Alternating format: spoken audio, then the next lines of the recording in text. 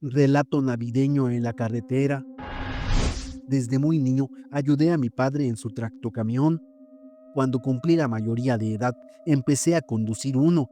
Viajé por todas las carreteras de mi país. Varias veces fui asaltado o tuve algún accidente de poca importancia. En una ocasión, fui retenido por un grupo armado durante casi 5 horas. Creí que eso era lo más terrible que había vivido, hasta que todo cambió una noche. Era víspera de Navidad. El recorrido era bastante largo y quería llegar pronto a la ciudad de Monclova, Coahuila, de donde soy originario y donde era la entrega. Pensaba que tal vez podía alcanzar a pasar la Navidad con mi esposa e hijos. Para mi sorpresa, cuando vi el reloj marcaba la medianoche. La carretera se volvió gris, cubierta por una niebla que dejaba ver muy poco, por no decir casi nada. Una de las primeras reglas que me enseñó mi padre fue que cuando la carretera no se ve, lo mejor es detenerse y esperar. Así lo hice, aguardando a que la niebla pasara. Estaba escuchando canciones navideñas, una estación de radio, cuando a lo lejos vi venir por la carretera a una mujer con la cabeza gacha como si mirara al suelo. En ese momento pensé que era una trampa para darme el tractocamión o la mercancía que llevaba. Intenté arrancar el camión, pero este no respondió. Temía que lo peor estaba por suceder, ya que varias veces lo intenté, pero no pasaba nada. A medida que la mujer se acercaba, la niebla era tan densa que se podía cortar como un pastel de cumpleaños. No era solo la imposibilidad de ver, también había un olor que llenaba el ambiente, un aroma a muerte. Lo que antes era un temor a ser robado se transformó en terror ante lo inexplicable. Aquello que tenía frente a mí no parecía de este mundo, y lo que traía con ella parecía haber salido del mismo infierno. Llegó hasta el frente del vehículo, pero no se detuvo, simplemente lo atravesó. En ese momento sentí un escalofrío en todo el cuerpo y empecé a temblar.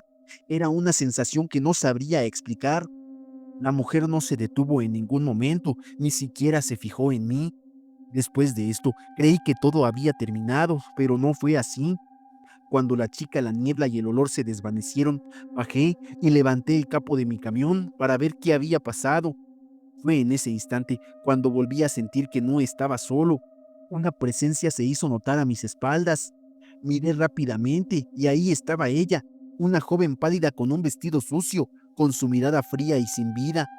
Era una mujer y aunque parecía que me miraba fijamente, creo que en realidad solo estaba ahí, ajena ante mi presencia. Entonces dio un grito lastimero, seguido de uno tan desgarrador que me dolió el alma. ¡Ayuda! ¡Por favor, estoy aquí! Era tan lastimero que lloré, sintiendo terror y tristeza.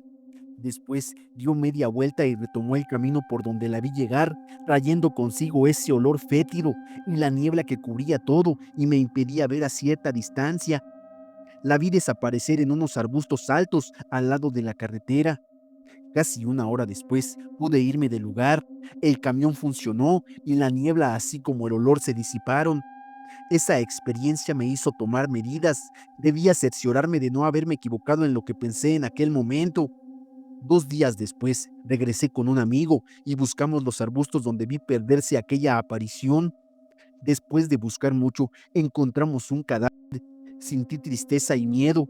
Alarmamos a la policía y después de varios días dieron la noticia en la televisión. Hacía 3 meses hubo un accidente automovilístico en el que viajaban 4 personas en un auto, pero una de ellas no había sido encontrada. Incluso llegaron a pensar que tal vez no había viajado con ellos.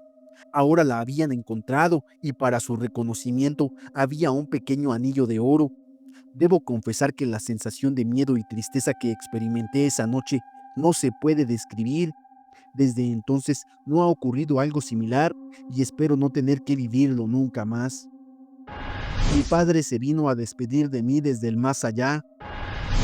Hola Pepe, te quiero platicar algo que me pasó en noviembre del año pasado, justo el 1 de noviembre. Antes de todo, es importante mencionar que mi padre falleció en enero de ese año y en octubre del año anterior mi perrito también había fallecido.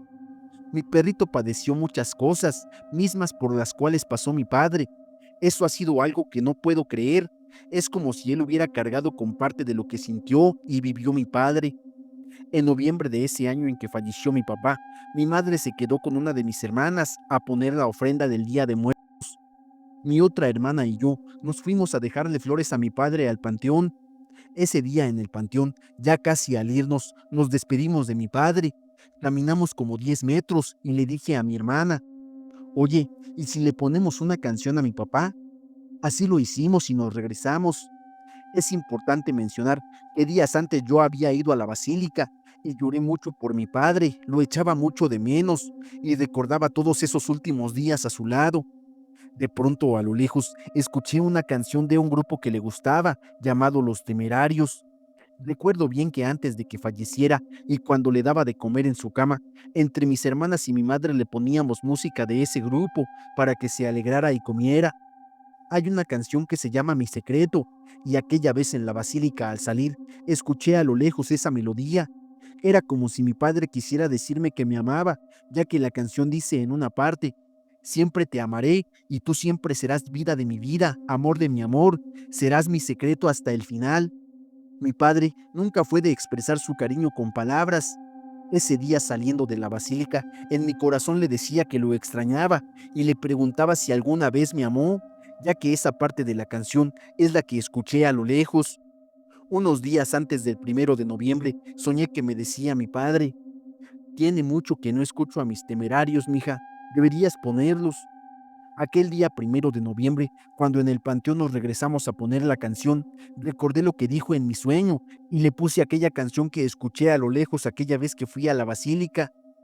Casi a la mitad de esta canción, mi hermana y yo nos pusimos a llorar. Poco antes de que terminara la canción nos silbaron. Era un silbido que mi padre hacía y que yo jamás he escuchado en alguien más.